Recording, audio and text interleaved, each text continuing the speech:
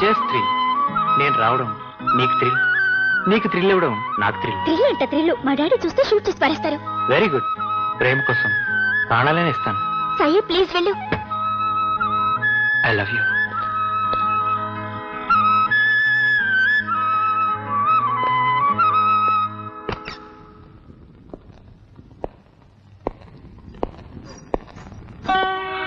బాబాయ్ నువ్వు ఇక్కడికి వచ్చావేటి? నీకోసమే. నా కోసమా? నా కోసం ఎందుకు? లవ్వాడమన్నావుగా, ఆడదామని వచ్చాను. ఇక్కడ ఏడ్చినట్టుంది.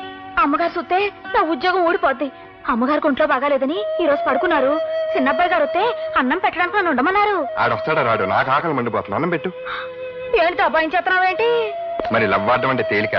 ఆకలేస్తే అన్నం పెట్టందని నిన్నలా లవ్వాడతాను, వస్తాను. సరే ఆగు. వెళ్ళిపోతానంటావేటి? ఉండు.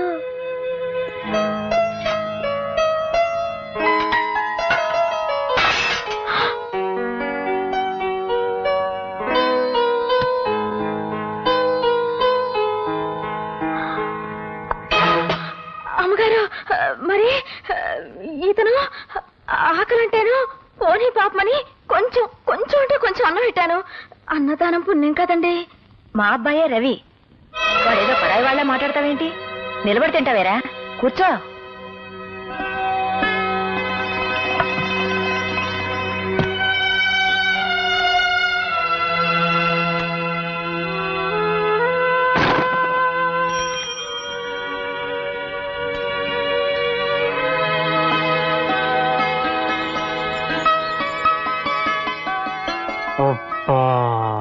ఇది శంకుమార్కులుంగే వారి ప్రేమ సమయం. పదండి.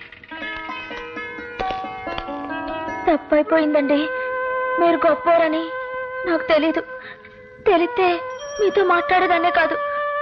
అందుకే అలా చేశాను. నన్ను క్షమించండి. అయ్యో, మరి లవ్వాడద్దా?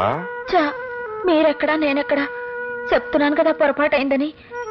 నాకు లవ్వొద్దు గివ్వొద్దు. ఓవర్ అవకు. అంతా నీ ఇష్టమేనా? లవ్వాడమనేది నువ్వే, ఆడద్దనేది నువ్వే. ఆ పప్పులేం ఉడకో. నేను లవ్వాడే తీరుతా.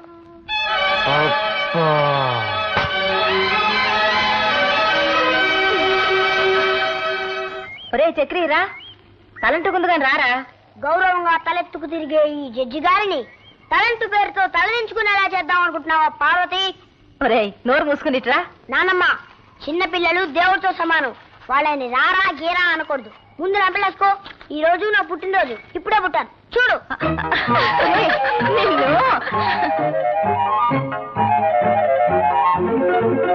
ఏంటమ్మా కళ్యాణి, ఉదయాన్నే పోలీసు చెప్పుకుంటాడో ఏం బాలేదు. మీ ఆయన బాగానే చెప్పేస్తున్నాడు అనుకుంటాను. పర్వాలేదే. నోరు పోయి పెద్ద ఆరిందలా మాట్లాడావంటే తంతాను. పుట్టినరోజు వాడిని కొట్టాడుకు. Many happy returns of the day. Thank you daddy. Rammohan Rao, mister Rammohan Rao, mister Rammohan Rao. yes your honor. Good boy. పెద్దవాళ్ళు పిలవగానే అలా పలకాలి. That is discipline. thank you sir. Come on, చేతులు కట్టుకున్నారు బాబు. yes sir. That's good. ఇప్పుడు నేను చెప్పినట్టు చెయ్యి. దేవుని ఎదుట ప్రమాణం చేసి, దేవుని ఎదుట ప్రమాణం చేసి ఈ రోజంతా నవ్వుతూనే ఉంటాను. ఈ రోజంతా నవ్వుతూనే ఉంటాను. నేను నా భార్య పార్వతి కలిసి ఎంచక్క బోల్డ్ కౌరులు చెప్పుకుంటావు. ఆగిపోయావు తాతయ్య, చెప్పు. నువ్వు నాన్నమ్మ కలిసి మాట్లాడుకోవడం నేను ఎప్పుడు చూడలేదుగా. అది పెద్ద చిన్న తేడా లేకుండా ఏంటి ఆ మాటలు? తాతయ్య గారు నాలా అనొచ్చా? అలా కొడతావు పుట్టినరోజున? వేలిడంత లేడు. వీడేం మాట్లాడుతున్నాడో విన్నారుగా. ఎవరైనా వింటే పెద్దవాళ్ళు చెప్పి మాట్లాడించారనుకుంటారు.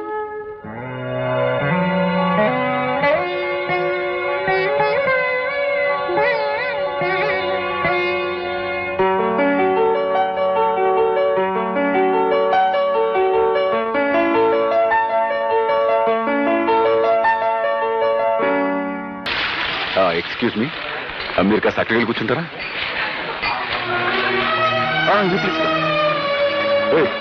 ఎవరో వస్తున్నారు, కాస్త చూసుకో. అక్కడ ఖాళీగా ఉంది. వద్దులేరా పోదాం. మనం భోజనం చేయలేదని తెలిస్తే రవి బాధపడతాడేమో. చేసేవాడు చెప్తాం. ఏరా భోంచేశారా? స్వయంగా మీ అన్నయ్య వడ్డించారులేండి. రాని చికెన్ బిర్యానీ సూపర్ గా ఉంది. ఓవర్ అవకు. మా ఇంట్లో నాన్ వెజిటేరియన్ లేదు. మా ఇంట్లో తినడానికి సిగ్గేంట్రా. అదండి కమాన్. ఏంటి ఇప్పుడే కదా నేను మిమ్మల్ని అక్కడి నుంచి లేపొస్తున్నాను, మళ్ళీ ఇటు వస్తున్నారేంటి? తప్పు. వీళ్ళు అక్కడి నుంచి నువ్వు లేపావు. నా గెస్ట్లు వచ్చారా? వీళ్ళు నా గెస్ట్లు కదా? రవి మీ అన్నయ్య వీళ్ళు మనుషుల్లో కనబడలేదా నీకు? అరొక అసహ్యంగా ఉంది. ఏంటి అసహ్యంగా ఉండేది? మధు, ఏం లేదు, వాళ్ళ ఫ్రెండ్స్ అది కాదు నాన్న, నేను చెప్తాను. నా ఫ్రెండ్స్ పట్టుకుని ఒరే ఏమిటా నలుగురు ఈ గోళ? రవి ఏమిటా గొడవ? గొడవ చేసింది నేనే అన్నయ్య. నా ఫ్రెండ్స్ భోజనాన్ని పిలిస్తే వాళ్ళని అవమానిస్తాడా? ఎవరా నీ ఫ్రెండ్స్? పెద్దవాళ్ళ పక్కన కూర్చోకూడదనే సంస్కారం లేని ఆ చిల్లర వాళ్ళు నీ ఫ్రెండ్స్ అంటావా? సంస్కారం అనేది వేసుకునే బట్టల్లోనూ కూర్చునే సీట్లలోనూ ఉండదు. వాళ్ళని అవమానించింది కాక దబాయిస్తున్నాడు. ఎవరు అవమానించారా? అలా పక్కకి భూంచేయండి అన్న, అదేమని తప్ప? బాబు మధు, భోజనాన్ని కూర్చున్న వాళ్ళని అలా లేపచ్చా? అమ్మా, వాడిని అలా నెత్తికెక్కించుకోబట్టే వాడు అలా తయారయ్యాడు. వీడిని నా తమ్ముడిని చెప్పుకోవడానికి సిగ్గేస్తుంది. మొన్న ఆ అలగా జనంతో రోడ్డు మీద పడి చందాలు అడుగుతుంటూ ఉంటే నాకు తల తీసేసినట్టయింది. అలాగా జనం చిల్లర జనం ఊరిని వాళ్ళని అసహించుకో. ఇలాంటి వాళ్ళు పట్ల కొట్టి వాళ్ళందరూ గొప్ప వాళ్ళైంది. చూసావా? రవి, ఏమిట్రా ఇది? ఏమిటి? నీ ఫ్రెండ్స్ తీసుకొచ్చి ఇక్కడ భోజనం పెట్టు, అంతేగాని మీరిద్దరు ఘర్షణ పడి మన పరువు కాస్త బజార్లో పెట్టకండి. మధు, నీ గెస్ట్ వచ్చారు చూడు. హలో రవి. రే ప్రసాద్, కూర్చో. అన్నట్టు 5 ఏళ్ళు ఉంటుంది కదా మనం కలిసి. అయ్యే ఉంటుంది. ఏంటి ఎలా వచ్చావు? ఏసీపీ గారితో పనుండి వచ్చాను. మా అన్నయ్యతో ఏంటి పని? మా లారీ యాక్సిడెంట్ అయింది, దానికి మీ అన్నయ్య క్లియరెన్స్ ఇవ్వాలి. 25,000 అడుగుతున్నారు. ఎలాగో నువ్వు ఉన్నావు కదా, ఒక మాట చెప్పు బ్రదర్. లే ఇక్కడి నుంచి. నా మీ సీరియస్ వచ్చాడు నువ్వు. నేనే లంచం తీసుకోవడానికి రాలేదు, ఇవ్వడానికి వచ్చాను. అది మీ అన్నయ్య రమ్మంటేనే. ఏయ్, ఏంటి ఎక్కువ మాట్లాడుతున్నావు? పొమ్మనప్పుడు పో. ఇంకెప్పుడన్నా ఇంటికి వచ్చి లంచం విషయం మాట్లాడామంటే చంపేస్తాను. రవి, ఏంట్రా ఇది? వాడిని ఇంటికి ఎందుకు రమ్మన్నావు? పిలవడానికి నీ పర్మిషన్ కావాలా? ఇలాంటి వెధవ పనులన్నీ ఆఫీస్లో పెట్టుకో. నీకు సంబంధం లేని విషయంలో నువ్వు అనవసరంగా జోక్యం కలుగు చేసుకోవద్దు. వెళ్ళి పని చూసుకో. నాన్న, నువ్వు మహాపురుషుడు అని, సత్యాన్ని నిలబెట్టే సత్యహరిశ్చంద్రుడు అని, ఆయన గౌరవ మర్యాదలు నువ్వే కాపాడగలవని అపోహపడుతున్నాడు. ఆయన అలాగే బ్రతుకు. ఇంట్లో ఈ నీతిమాలిన పనులు వెలగబెట్టి నీ నిజ స్వరూపాన్ని బయట పెట్టుకో.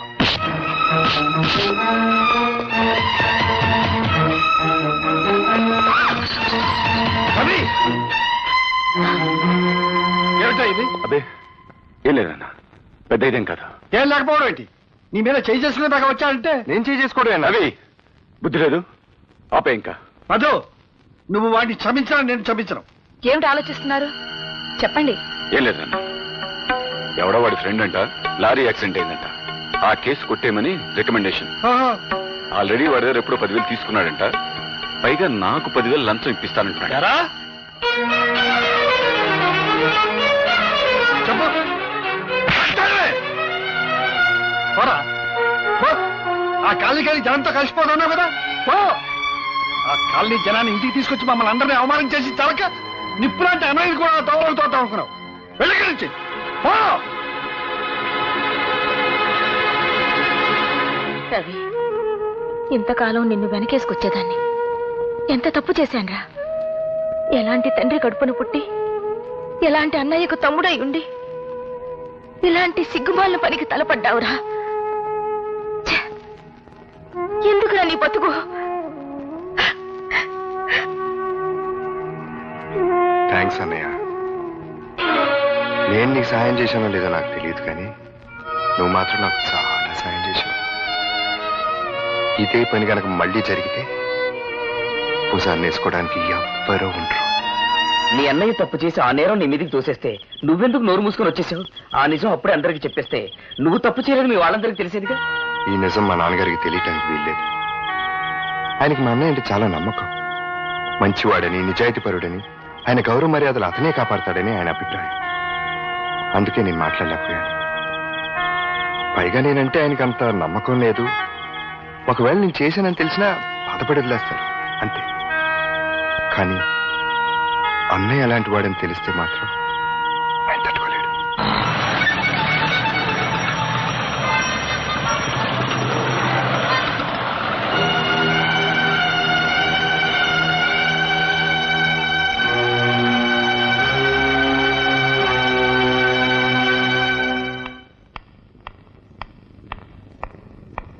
ఇంత ఆలస్యమైంది. బస్ దొరకలేదమ్మా. ఎవడే వాడు? ఎవడా కొరాడు? మాట్లాడవే. నువ్వు ఇటువంటి పనులు చేస్తే నేను సహించాలని తెలుసుకోరా. నువ్వు ఇంతకు తగ్గించావంటే ఊరుకోవయ్యా, ఊరుకో. ఇది చిన్నపిల్ల. గౌతమి, నాన్న సంగతి తెలిసిండు కూడా నువ్వు ఇలాంటి పని ఎందుకు చేశావమ్మా? క్షమించండి నాన్న. చదువు పూర్తయ్యే వరకు చెప్పకూడదు అనుకున్నానే కానీ మిమ్మల్ని మోసం చేయాలని కాదు. ఆ అబ్బాయి పేరు రఘు, ఇండస్ట్రియలిస్ట్ బుచ్చిబాబు గారు అబ్బాయి. అతను నాతో పాటు మెడిసిన్ చదువుతున్నాడు. మేమిద్దరం ప్రేమించుకున్నాం. పెళ్ళంటూ చేసుకుంటే అతన్నే చేసుకుంటాను. చూశారా మాస్టర్, చూశావా నీ కూతురు ఎంతకి తెగించిందో? తన పెళ్లి తనే నిర్ణయించుకుంది. రామ్మోహన్ రావు, ఇదేదో పెద్ద అపరాధంగా నువ్వు భావించు. కాలం మారిపోయింది. మన పిల్లలు వాళ్ళ బ్రతుకులు వాళ్లే నిర్ణయించుకునే రోజులు ఇవి. నువ్వేం బాధపడకు. మన ఇద్దరం వెళ్ళి ఆ బుచ్చివా ద్వారా తెలుసుకుని ఆయనతోనే స్వయంగా ఈ విషయం మాట్లాడదాం. నువ్వా పైకి వచ్చావు? మెట్లెక్కి జోక్ లేకు. నువ్వు రావడం ఎవరు చూడలేదా? వచ్చేటప్పుడు నేను ఎవరిని చూడలేదు. నన్ను ఎవరైనా చూసారేమో నాకు తెలియదు. All right. వెళ్ళు సైరామ్, వెళ్ళు వెళ్ళు. చెప్తుంటేనే కదా. నేను వెళ్ళను. మళ్ళీ ఎప్పుడు ఇలా రాకు. మా నాన్న చూస్తే గొడవైపోతుంది. తొందరగా వెళ్ళు.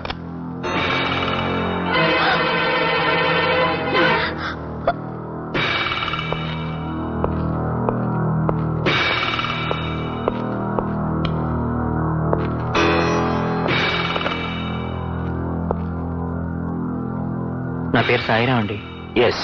నేను మీ అమ్మాయి ప్రేమించుకున్నాం. నో. మీతో చెప్పి మీ ఇద్దరం పెళ్లి చేసుకోవాలనుకుంటున్నాం అండి.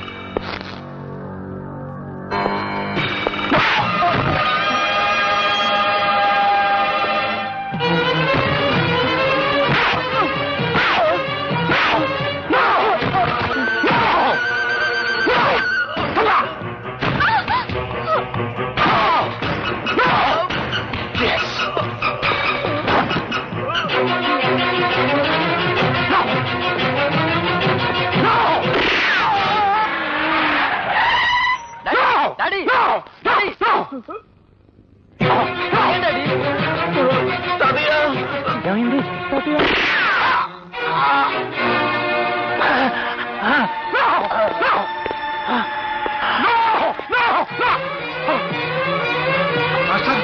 మాస్టర్, ఏమిటి ఏమిటి అన్యాయం?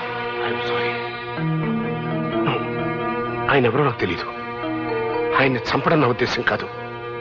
నా కూతుర్ని వల్ల వేసుకున్న కుర్రాన్ని. ఈ కుర్రాడు ఎవరో కాదు, మా మాస్టర్ మనవడు. నేను నీతో పెళ్లి విషయం మాట్లాడడానికి ఈ పెద్ద మనిషిని తీసుకొస్తే ఈయన చంపుతావా? ఆయన ఇంకా చావలేదు కదయ్యా. హాస్పిటల్ పడండి. ఆ విషయం నువ్వు చెప్పక్కర్లేదు. నేను ఈయన హాస్పిటల్లో చేర్పిస్తాను. నిన్ను పోలీసులకు అప్పచెప్తాను. నాతో పెట్టుకోకండి. నా కొడుకుతో నీ కూతురు పెళ్లి జరగాలి. అది గుర్తుపెట్టుకో. ఏం జరిగిందన్నా? ఆ వివరాలు సాయిరాం చెప్తాడు. వెంటనే అతని దగ్గర స్టేట్మెంట్ తీసుకుని బుచ్చిబాబుని అరెస్ట్ చేయి. అలాగే. సాయిరాం సార్, బుచ్చిబాబు గారు అమ్మాయి నేను. అదంతా నాకు తెలుసు. బుచ్చిబాబు మీద కంప్లైంట్ ఇస్తే ఏం ప్రయోజనం ఉండదు సరి కదా. నీ ప్రాణాలకే ముప్పు. అదొక యాక్సిడెంట్ అని రాసిస్తాను. నువ్వు కూడా అలాగే స్టేట్మెంట్ ఇవ్వు. సబాష్. కంచె చేను మేస్తుందని విన్నాను. ఇప్పుడు కళ్ళారా చూస్తున్నాను. పాపం నాన్నగారు నిన్ను నమ్మి కేసు అప్పగించారు. సాయిరాం ప్రాణాలకు ఏ ముప్పు రాకుండా నేను చూసుకుంటాను. నువ్వేం వరీ కావద్దు. సాయిరాంతో స్వయంగా నేనే కోర్టులో కంప్లైంట్ ఇప్పిస్తాను. నువ్వు వెళ్ళి బాస్ బుచ్చిబాబుతో చెప్పుకో. పో.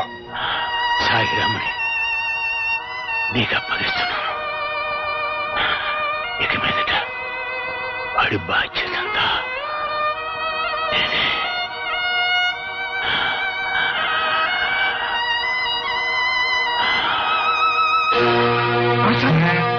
మాస్టారు, మాస్టారు. నో. కోర్టులో కంప్లైంట్ ఇస్తే మాత్రం నాకు వ్యతిరేకంగా ఎవరు సాక్ష్యం చెప్తాడు? మా నాన్నగారు ఉన్నారుగా. ఆయన లేపేద్దాం. బుచ్చిబాబు గారు. సారీ. రైట్. ఆయన నోరు తెరవకుండా ఉండే పద్ధతి ఏదైనా ఇంకోటి ఆలోచించు. మా అమ్మగారు నోరు తెరిపించినాయి.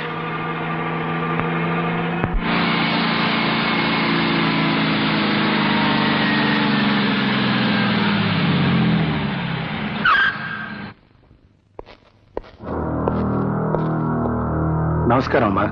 నా పేరు బుచ్చిబాబు. నన్ను చూసి మీరేం బెదిరిపోవక్కర్లేదు. నేనేం హంతకుని కాదు. నో. కానీ హత్య చేశాను. ఎస్. సినిమాల్లో రక్తపాతం చూస్తేనే మూర్చిపోయే నేను గోపాలకృష్ణ గారిని హత్య చేస్తానా? No no. ఆయన అడ్డుగా వచ్చాడు, ప్రాణాలు పోగొట్టుకున్నాడు. కోట్లు కుమ్మరిచ్చి అల్లుణ్ణి కొనుక్కోగలిగిన నాకు ఆఫ్టర్ ఆల్ సాయిరాం గారు వచ్చి అల్లుణ్ణి అవుతాను అంటే టాలరేట్ చేయలేకపోయాను. అందుకే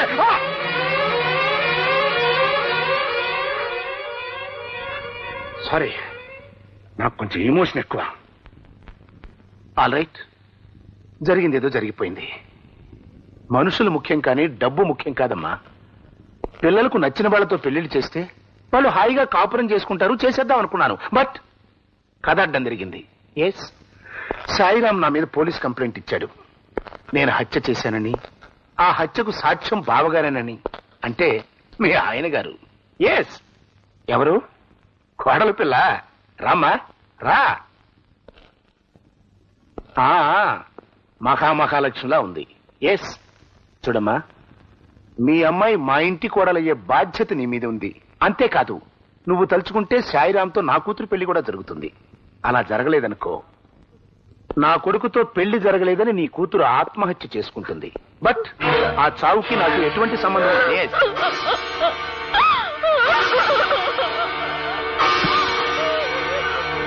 ఇవన్నీ జరగాలంటే నేనేం చేయాలి?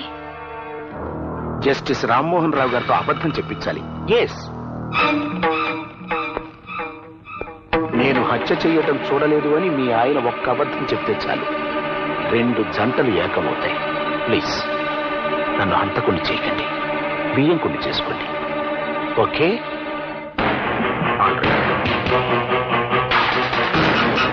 బాబు రండి, బాబు రండి. పద.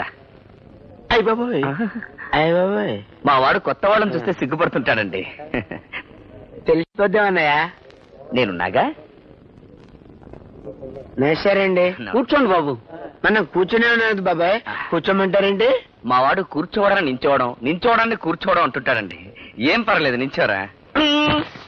అన్నయ్య నువ్వు కూడా నుంచో.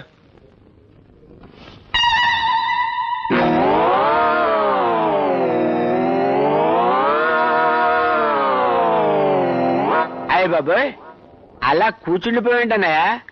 నిలబడు, పర్వాలేదు, నించో. ఇదేమి రివర్స్ అండి బాబు? అన్నయ్య అంటారేమిటండి? మా వాడు మావయ్యని అన్నయ్య, అన్నయ్యని మావయ్య అంటుంటాడండి. మందు కసకందిశ్రమని అన్నయ్య. నాన్నగారు, పెళ్లి కూతురు మంచి కసక్లా ఉందండి. ఊరి నీ కసక్కు కూల, ఆమె పెళ్లి కూతురు తల్లిరా. అయితే నా కసక్ని వెంటనే ఇక్కడ తీసుకురండి. కసక్ ఏమిటండి? కసక్ అంటే పెళ్లి కూతురండి. వాడు జోకేస్తుంటాడు. తీసుకురండి పెళ్లి కూతుర్ని. అమ్మాయిని తీసుకురావే. పెద్ద కసక్లాగా ఉందండి మేనల్లుడు.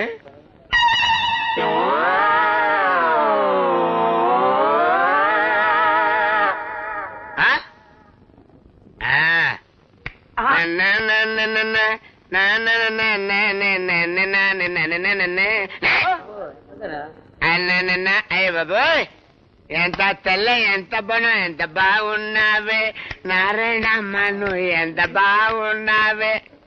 అయ్య బాబోయ్, ఎర్ర చీర కట్టావే నారాయణమ్మ, నువ్వు పూల రేఖ వేసావే. అయ్య బాబోయ్, మల్లెపూలు పెట్టావే నారాయణమ్మ, నువ్వు మల్లెపూలు పెట్టావు. మల్లెపూలు పెట్టావు, తప్పనే మల్లెపూలు పెట్టావు నారాయణమ్మ. నిన్ను పెళ్ళైతే భూషణం భూషణం, పెళ్ళైతే భూషణం భూషణం. నీకు పెళ్లి చేస్తే బాగుపడతావని నీ చెల్లెలు బ్రతమాలితే నేను ఇక్కడ తీసుకొచ్చాను. నా పరువు తీసావు కదరా. ఒక్క పాట పెట్టేస్తాను. నువ్వు నాన్నగారితో మాట్లాడడం తప్ప వేరే మార్గం లేదమ్మా.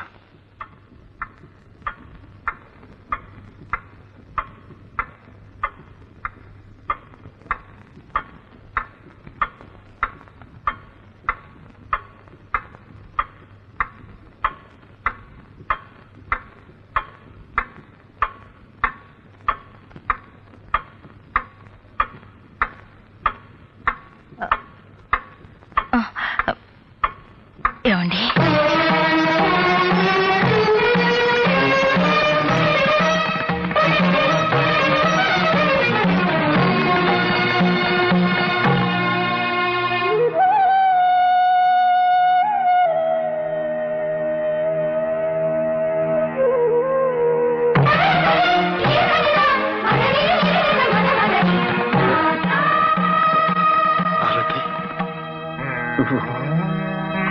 నన్ను పిలిచావా? అవునండి. చిన్నప్పటి నుంచి నేను దైవంగా చూసుకుంటున్న మా మాస్టర్ పోయారని నీ తీయటి మాటలతో నన్ను ఓదార్చడానికి ఎన్నాళ్ల తర్వాత నోరు తెరిచావా పార్వతి? మాస్టారు పోయారు గాని ఆయన మనవడున్నాడు. ఆ మనవడు బాధ్యత మీ మీద ఉంది. నేనిన్ని సంవత్సరాలుగా మీతో మాట్లాడకపోవడానికి కారణం గుర్తుందా? మీరు చెప్పిన ఒక్క నిజం, బిడ్డ ఇంట్లోనే ఉన్నాడన్న నిజం మీరు పోలీసులకు చెప్పడం వల్ల నా బిడ్డ నాకు కరువయ్యాడు. ఆ బాధతో నా నోరు మూతపడిపోయింది. ఇప్పుడు నేను తిరిగి నోరు తెరిచింది అలాంటి నిజం మీతో చెప్పించకూడదనేనండి. అంటే నాన్న, మీరు లేని సమయంలో బుచ్చిబాబు వచ్చి అమ్మను బెదిరించి వెళ్ళాడట. నువ్వు ఇంకా ఆ బుచ్చిబాబుని అరెస్ట్ చేయలేదా? నేనే వద్దని ఆపాను మావయ్య గారు. అత్తయ్య గారు కూడా వద్దన్నారు. ఎందుకని? మీరంతా అతని బెదిరింపులకు జడిసిపోయారా? అతను బెదిరించలేదండి, బేరం పెట్టాడు. మీరు కోర్టులో సాక్ష్యం చెప్పకపోతే వాళ్ళ అమ్మాయితో సాయిరాం పెళ్లి జరిపిస్తానన్నాడండి. అంతేకాదు, మన అమ్మాయిని తన కోడలుగా చేసుకుంటానన్నాడు. ఆహా, అందుకోసం ఇప్పుడు నేను అబద్ధం ఆడాలి అంతేగా పార్వతి? అది కాదండి మావయ్య గారు, అత్తయ్య గారు చెప్తుంది బుచ్చిబాబు మీద జాలితో కాదు. అవునన్నా, అదే మాస్టర్ గారి మనవడి పెళ్లి జరిపించడం కూడా మీ బాధ్యతే కదా మావయ్య గారు. ఒక పోలీస్ ఆఫీసర్గా నేను ఇది ఒప్పుకోను గానీ, మాస్టర్ని అమితంగా గౌరవించే మీ బిడ్డగా, ఓ చెల్లెలికి అన్నగా ఇది తప్పదేమో అనిపిస్తోంది నాన్న. ఏమండి, మన మధ్య ఎన్నేళ్ల నిశ్శబ్దం తర్వాత నేను నోరు తెరిచి అడుగుతున్న ఈ వరం కాదనకండి. పార్వతి,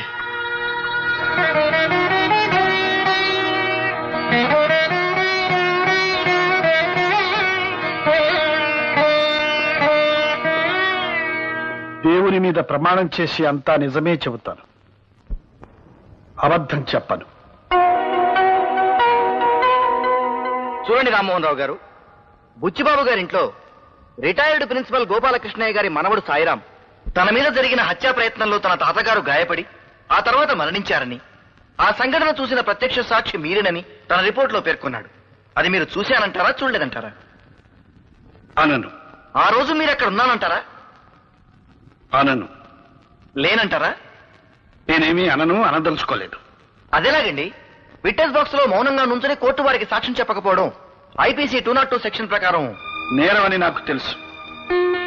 మీలాంటి కుర్ర లాయర్లని వేల సంఖ్యలో చూసి రిటైర్ అయిన జడ్జి.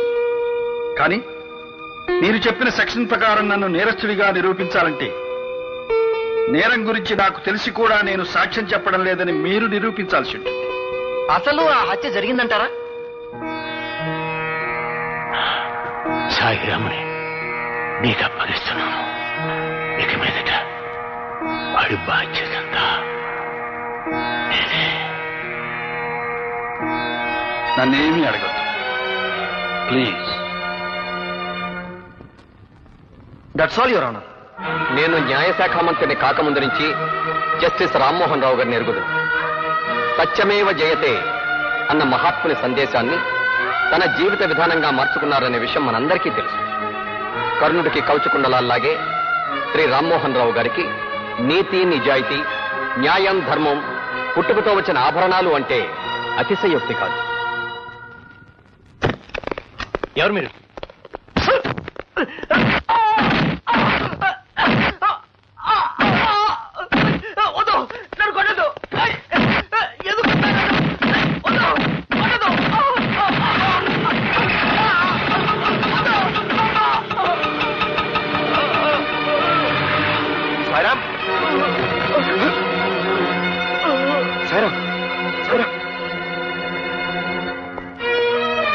సాయిరా, నీకేమో దెబ్బలు తగిలాయట, ఏం జరిగింది?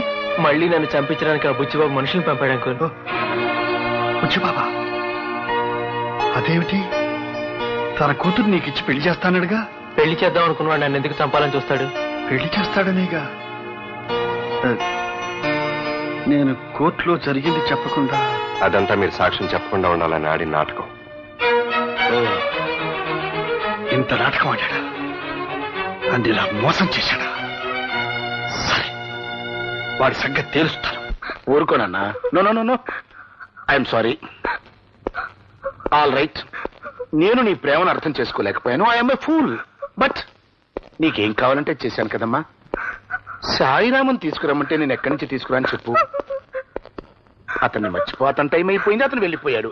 మర్చిపోమ్మా. నో నో నో నో, నువ్వెంత బాధపడితే మాత్రం పోయింది సాయి బాబు.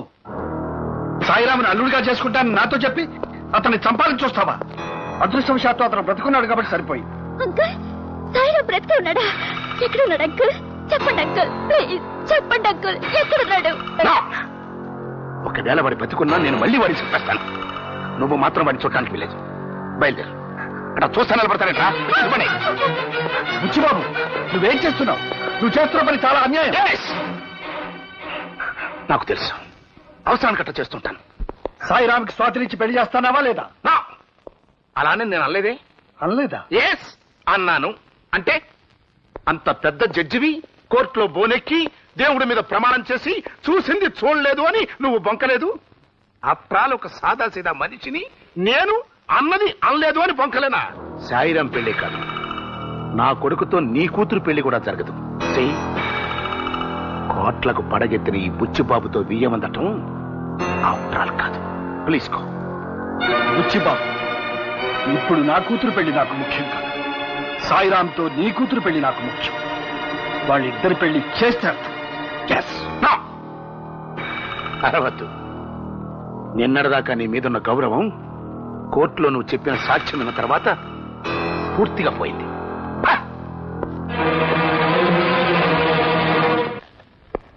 నమస్కారం సార్, కూర్చోండి. అయ్యగారి కోసం అండి? కాదు సార్, గోపాలకృష్ణ గారికే శ్రీ ఓపెన. ఎస్. మీరు మరేమీ అనుకోకపోతే ఒక మాట చెప్తాను. ఈ కేసు రీఓపెన్ చేయించడం గురించి మర్చిపోండి సార్. ఎందుకంటే ఏసీపీ గారే గోపాలకృష్ణయ్య గారిదే యాక్సిడెంటల్ డెత్ అని ఈ కేసు క్లోజ్ చేశారు. పోస్ట్ మార్టం రిపోర్ట్ లో కూడా అలాగే మేనేజ్ చేశాం.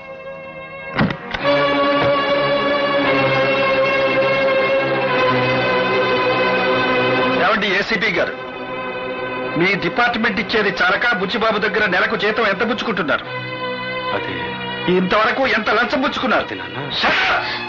ఏమండి, ఏం చేశాడండి? ఏం చేశాడా? నీ పెద్ద కొడుకునే అడుగు. చిన్నవాడు చెడ్డవాడు అనుకుని ఇంట్లోంచి తరిమేశాను. ఇరుగారేదో బుద్ధిమంతుడు అనుకుని నా నెత్తెక్కించుకున్నాను. చిచి, ఏం జరిగిందండి? నీ కొడుకు బండారం అంతా బయటపడింది. వీడు నేరస్తులకి కూలీకోర్లకి గొడుగు పెట్టి లంచాలు పుచ్చుకుంటున్నాడు. మనల్ని దగ్గర చేసి మంచివాడిగా నటిస్తున్నాడు. ఇన్నేళ్లు నేను పెంచుకున్న నమ్మకాన్ని వమ్ము చేశాడు. మనల్ని మోసం చేశాడు. పర్వతి, ఏంటమ్మా నేను చేసిన తప్పు? ఆయన కొడుగ్గా పుట్టడమా? నేను నా పెళ్ళం పిల్లలు సంతోషంగా ఉండాలనుకోవడమా? నీతి నిజాయితీ అని చెప్పి ఆయన ఏం సంపాదించాడు? ఈ ఇల్లు కూడా వాళ్ళ నాన్నగారు సంపాదించింది, మీ ఆయన సంపాదించింది కాదు. ఇవాళ నేను ఏసీపీగా ఉన్నానంటే కారణం అది మీ ఆయన చెప్పించే చదువు కాదు. లంచాలు ఇచ్చి నేను కొనుక్కున్నాను. ఆ లంచాలు ఇవ్వడం నేను లంచాలు పుచ్చుకున్నాను. తప్ప? తప్పు కాదురా, చాలా గొప్ప పని చేశావు. తప్పో గొప్ప అమ్మా, ఆ రోజు నీ ఆపరేషన్ ₹1,00,000 అవసరమైతే ఎవరు తీసుకొచ్చారు? నేను తీసుకొచ్చాను. అది ఎప్పుడు చెప్పావుగా? మీరు ఒప్పుకోరని ఆ రోజు అలా చెప్పాను. ఈ రోజు నిజం చెప్తున్నాను. ఆ డబ్బు అలా సంపాదించిందే. మీ మాట వింటే రిటైర్ అయ్యే నాటికి ఎస్ఐగానే ఉండేవాడిని. చీచి చీచి, వీడి మాటలు వినడానికే నాకు అసహ్యంగా ఉంది. పార్వతి, వీడికా ఇక్కడే ఉంటే నేనేం చేస్తానో ఏం మాట్లాడతానో నాకే తెలియదు. పొమ్మను, వాడిని ఇంట్లో నుంచి బయట పొమ్మను.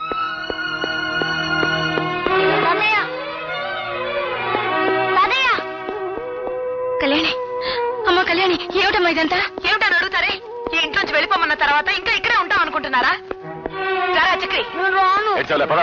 నేను తాతయ్య నాన్న రాను. బుద్ధిగా నడవకపోతే వీపు చిట్లిపోతుంది. ఇక్కడే ఉండి గాంధీ తాతగారి